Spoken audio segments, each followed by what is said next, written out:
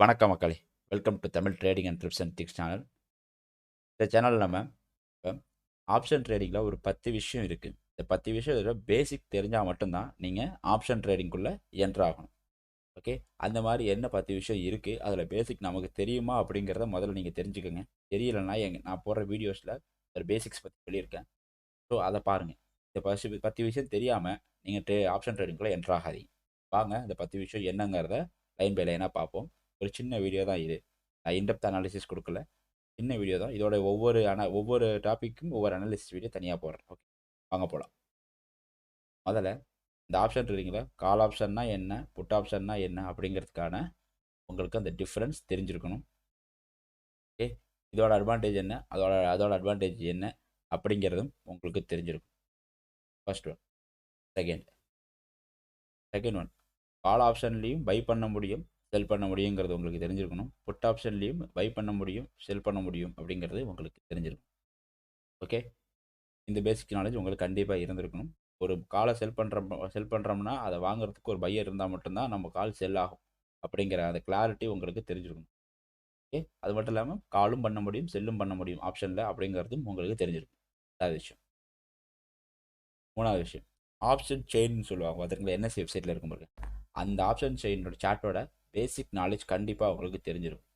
அதில் இருக்க ஐவினா என்ன, வால்யூம்னா என்ன, வால்டாலிட்டினா என்ன, ஸ்ட்ரைக் ப்ரைஸ்னா என்ன, அதோட அந்த சார்ட்டை வந்து ஓரளவுக்கு பேசிக்காக உங்களுக்கு தெரிஞ்சிருக்கும். அது தெரியாமல் நீங்கள் போயிட்டு ஆப்ஷன் ட்ரேடிங்கில் என்ட்ரு ஆகக்கூடாது. மூணாவது பாயிண்ட். நாலாவது பாயிண்ட், ப்ரீமியம்னா என்ன, ஸ்ட்ரைக் ப்ரைஸ்னா என்ன அப்படிங்கிறது உங்களுக்கு டிஃப்ரென்ஸ் தெரிஞ்சிருக்கணும். ஓகே, இந்த கிளாரிட்டி இல்லாமலும் நீங்கள் ஆப்ஷன் ட்ரேடிங் என்ட்ரு ஆகக்கூடாது. அஞ்சாவது, வாலட்டாலிட்டி, அதாவது ஐவி இம்ப்ளைட் வாலட்டாலிட்டின்னு சொல்லுவாங்க. அதை நீங்கள் வந்து ஆப்ஷன் செயினில் கூட பார்க்க முடியும். ஓகே, அதை நீங்கள் ட்ரேட் பண்ணுறவங்களோட ட்ரேடிங் வெப்சைட்டில் கூட வந்து உங்கள் ப்ரோக்கரோட வெப்சைட்டில் கூட உங்களால் பார்க்க முடியும். ஸோ அப்படின்னா என்ன அப்படிங்கிற ஒரு கிளாரிட்டி உங்களுக்கு தெரிஞ்சிருக்கும். ஓகே, வாலட்டாலிட்டினா என்ன, அது நம்மளோட ஆப்ஷன் ட்ரேடிங்கில் எப்படி பாதிக்கும் அப்படிங்கிறத நீங்கள் கிளியராக தெரிஞ்சிருக்கும். ஏன்னா தானும் தெரிஞ்சிடக்கூடாது, ஓரளவுக்கு கிளியராக தெரிஞ்சிருக்கும். ஸோ அதுவும் ரொம்ப முக்கியம். நெக்ஸ்ட், எக்ஸ்பைரினா என்ன, வால்யூம்னா என்ன, இதோட பேசிக் கண்டிப்பாக உங்களுக்கு தெரிஞ்சிருக்கணும்.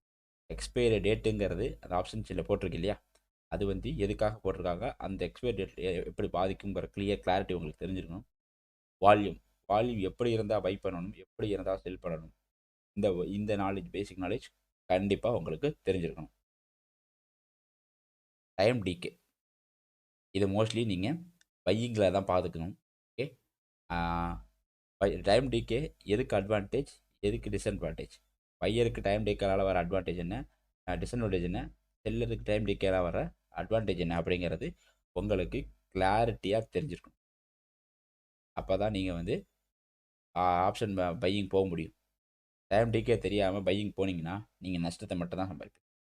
ஓகே, ஸோ இந்த டைம் டிகேனா என்ன அப்படிங்கிறத தெரிஞ்சிருக்கணும். இதில் ஆக்சுவலாக நிறைய இருக்குது. ஆல்ஃபா, பீட்டா, காமா டைம் சொல்லுவாங்க.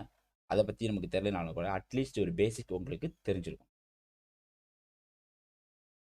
Best timing for buy and sell, எந்த டைமிங்கில் பை எடுக்கலாம். காலைல மார்க்கெட் 9:15க்கு மார்க்கெட் வந்து ஸ்டார்ட் ஆகுது அப்படின்னா, 3:30க்கு முடியுது அப்படின்னா, இதில் எந்த டைமிங் பையருக்கு பெஸ்ட்டானது, எந்த டைமிங் செல்லருக்கு பெஸ்ட்டானதுங்கிறத உங்களுக்கு ஓரளவு பேசிக் கிளாரிட்டி இருந்திருக்கும்.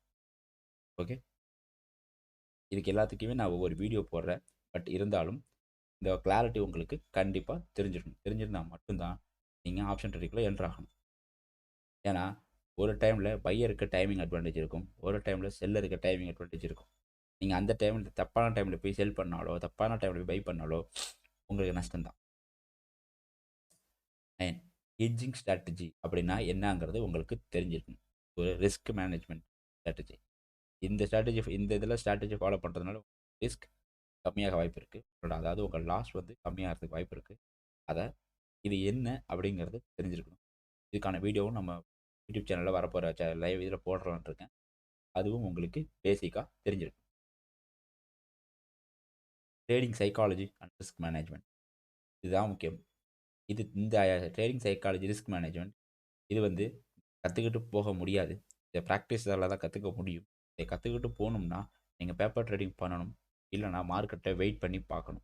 மைண்ட்லேயே வந்து ஒரு 10 நாளைக்கு ட்ரேட் பண்ணி தான் சைக்காலஜி கொண்டு வரணும், ரிஸ்க் மேனேஜ்மெண்ட்டுக்கு கொண்டு வரணும். ஸோ ஒரு சின்ன அமௌண்ட்டில் நீங்கள் போட்டு ரிஸ்க் மேனேஜ்மெண்ட் சைக்காலஜி கற்றுக்கலாம். ஸோ அதுவும் உங்களுக்கு பேசிக்காக இருக்கும். இந்த ட்ரேடிங் சைக்காலஜியும் ரிஸ்க் மேனேஜ்மெண்ட்டும் ஓரளவுக்கு உங்களுக்கு தெளிவடைகிற வரைக்கும் நீங்கள் பெரிய ட்ரேடிங் போகவே கூடாது. போனீங்கன்னா லாஸ் ஆகிடுவீங்க. ஸோ இதுக்கான வீடியோவும் வரப்போகிற வீடியோஸ்லாம் நான் போடுறேன். ஸோ அதை பார்த்து நீங்கள் தேங்க்யூ கேஸ். இதை பற்றுமே உங்களுக்கு கண்டிப்பாக ஓரளவு நான் தெரியும் அப்படின்னா மட்டும் ட்ரேடிங்குள்ளே என்ட்ரு ஆகுங்க. ஆப்ஷன் ட்ரேடிங் இருங்க. போட போகிற வீடியோஸ் எல்லாம் பார்த்து கொஞ்சமாக கற்றுக்கிட்டு ஆப்ஷன் ட்ரேடிங் பண்ணலாம். Thank you case. தேங்க்யூ ஃபார் வாட்சிங். இந்த வீடியோ உங்களுக்கு பிடிச்சிருக்கும்னு நினைக்கிறேன். தேங்க்யூ.